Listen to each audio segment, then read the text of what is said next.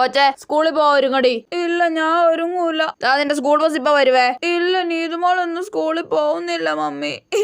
ചേട്ടാ ഇതൊന്നൊരു കഷ്ടമാ. വേഗം മര്യാദയ്ക്ക് ഒരുങ്ങിട്ട് സ്കൂളിൽ പോകാൻ നോക്കടി കൊച്ചെ. ഇല്ല നീതുമോക്ക് പനിയാ മമ്മി. ഒരു പനിയുമില്ല, ഇതൊക്കെ നിന്റെ അടവാ. വേഗം ഒരുങ്ങിക്കോളണം പറഞ്ഞേക്കാം. അല്ല അടവല്ല, പനിയുണ്ട് മമ്മി, തൊട്ട് നോക്ക് പനിയുണ്ട്. കൊച്ചെ അതെ മമ്മിയെ ദേഷ്യം പിടിപ്പിക്കല്ലേ. നീതുമോള് വീട്ടിൽ ഇരുന്ന് പഠിച്ചോളാം മമ്മി.